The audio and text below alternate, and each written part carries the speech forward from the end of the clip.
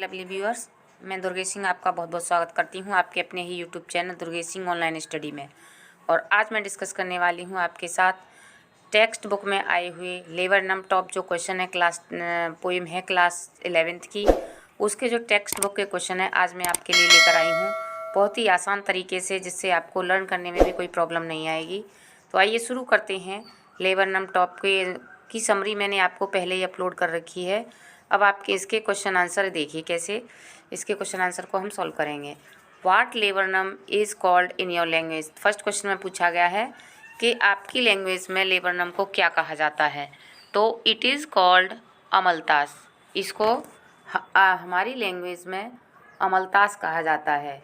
और अमलतास का पेड़ ये देखिए ऐसा है, ये एकदम पीला पीला इसके फूल होते हैं और इसीलिए इस पर आकर गोल्ड फिंच बैठती है, क्योंकि पीले येलो कलर के फूलों में उसका भी कलर येलो होता है, उसे छुपने में हेल्प मिलती है, जिससे कि उसका कोई एनिमी उसको देख न सके। तो ये है अमलतास का पेड़ जिसमें गोल्ड फिंच आकर बैठती है। Which local word is like the gold Finch.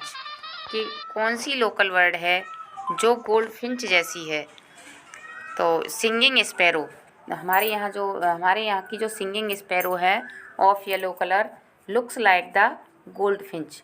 हमारे यहाँ जो पीले रंग का स्पैरो होती है वो एकदम गोल्ड फिंच जैसी होती है।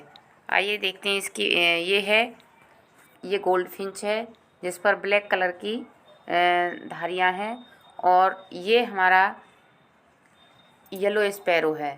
तो ये दोनों देखने में सेम लगती हैं। गोल्ड फिंच का कलर येलो होने के कारण यह अमलतास को छुपाने में सक्सेसफुल रहती है, अमलतास में अपने आप को छुपाने में सक्सेसफुल रहती है। Next, what do you notice about the beginning and the ending of the poem. अब इसमें पूछा गया है कि आप पोएम की शुरुआत में और पोएम के एंड में क्या नोटिस करते हैं। तो आइए का आंसर देखते हैं। In the beginning the laburnum is silent. In the beginning जो लेबरनम का पेड़ है साइलेंट है। एंड क्वाइट स्टिल और बिल्कुल शांत है। And in the end too और एंड में भी वो शांत है। इट इज़ लेफ्ट एम्प्टी इसे अकेला छोड़ दिया जाता है। When the gold Finch flies away जब गोल्ड फिंच यहाँ से उड़ जाती है तो यह बिल्कुल अकेला रह जाता है। Thus it is the same both in the beginning and in the and. यानी शुरुआत में जो उसकी परिस्थिति होती है वही एंड में होती है। गोल्ड फिंच जब इस पर पेड़ पर नहीं होती तो एकदम ये शांत रहता है, इसमें कोई भी एक्टिविटी नहीं होती है। Next question, to what is the bird's movement compared. कि इस गोल्ड फिंच बर्ड के मूवमेंट को किनसे कंपेयर किया गया। What is the basis for the comparison और इस कंपैरिजन का आधार क्या है। तो इसका आंसर है the bird's movement is compared to that of the lizard. कि जो बर्ड का मूवमेंट है वो एकदम लिजार्ड से कंपेयर किया गया है। The basis of this comparison is that और इसके कंपैरिजन का बेस यह है कि जैसे आपने देखा होगा कि लिजार्ड को जब अपना शिकार दिखाई देता है तो ये बड़ी चौकन्नी रहती है और अचानक से अलर्ट रहती है और अचानक से अपने शिकार पर हमला कर देती है। ऐसे ही जब ये गोल्ड फिंच आती है तो ये भी बड़ी चौकन्नी होती है और अप्रत्याशित होती है, अप्रत्याशित और एकदम अलर्ट रहती है। जब ये लेबरनम टॉप पर आती है ये बड़ी ही सावधान रहती है। तो इस तरह से इसकी तुलना लिजार्ड से की गई है। ये लिजार्ड है और ये गोल्ड फिंच है। Why is the image of the engine evoked by the poet. अब यहाँ पूछा गया कि पोइट के द्वारा जो एक इंजन की कल्पना क्यों की गई है। पोइट ने क्यों अमलतास के पेड़ में एक इंजन की कल्पना की है। तो आइए देखते हैं इसका आंसर। एज एन इंजन जैसे कि engine needs fuel to run. जिस प्रकार के एक इंजन को रन करने के लिए ईंधन की आवश्यकता होती है, फ्यूल की आवश्यकता होती है। Does the laburnum needs gold Finch उसी तरह से लेबरनम ट्री को गोल्ड फिंच की आवश्यकता होती है टू फील लाइफ, अपना जीवन फील करने के लिए।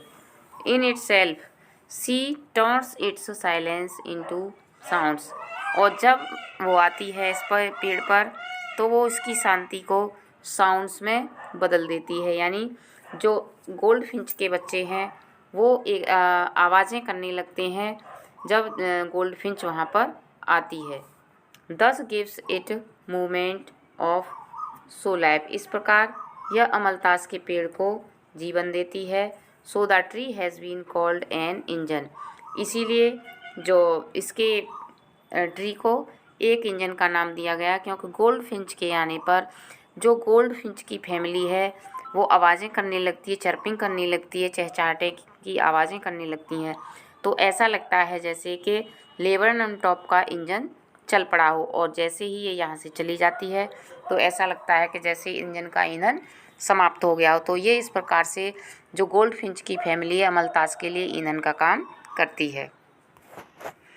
What do you like most about the poem, अब इस पोएम में आपको सबसे अच्छा क्या लगा, तो मैं अपने अकॉर्डिंग बताती हूँ कि आई लाइक डिस्क्रिप्शन मोस्ट, कि मुझे इसका जो डिस्क्रिप्शन है, I like description most when the gold Finch comes, कि जब गोल्ड फिंच लेबरनम टॉप पर आती है, ट्री पर आती है, और जो लेबरनम का पेड़ है फिल्ड विथ चर्प्स, और चहचहाटों से इसका पेड़ भर जाता है।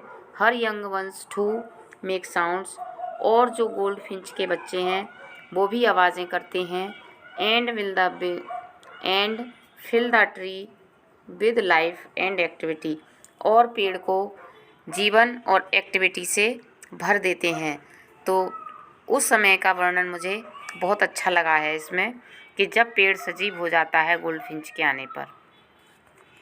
Next, what does the phrase her beard face identity mask mean, तो यहाँ पे इस फ्रेज़ का क्या मतलब है। जैसे कि आपने पीछे देखा होगा जो गोल्ड फिंच का फेस है उस पर ब्लैक ब्लैक जो पट्टियाँ हैं, अगर ये पट्टियाँ ना हो तो गोल्ड फिंच बिल्कुल भी अमलतास के पेड़ में पूरी तरह से छुप जाएगी और उसे कोई भी देख नहीं पाएगा, क्योंकि लेबरनम ट्री के फ्लावर्स भी येलो हैं और इसका कलर भी येलो है।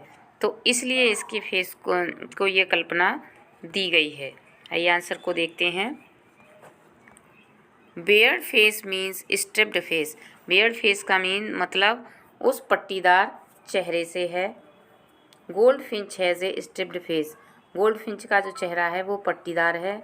बिकॉज ऑफ दीज स्ट्रिप्स, इन पट्टियों के कारण it looks to be hidden behind a mask, ऐसा लगता है कि ये एक मास्क के पीछे छुपी हुई है, ऐसे लगता है जैसे इसने कोई मास्क लगा रखा हो।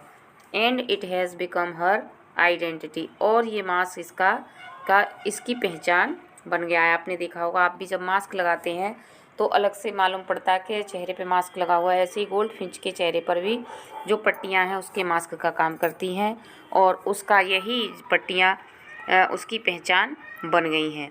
उम्मीद करती हूँ आपको इसके क्वेश्चन समझ में आए होंगे और आपके लिए हेल्पफुल भी होंगे। अगर आपको अच्छी लगी हो वीडियो तो वीडियो को लाइक करें और चैनल को सब्सक्राइब करें। धन्यवाद। मिलते हैं अगली वीडियो में, उसमें हम इसके एक्सट्रैक्ट बेस्ड क्वेश्चन को डिस्कस करेंगे। धन्यवाद।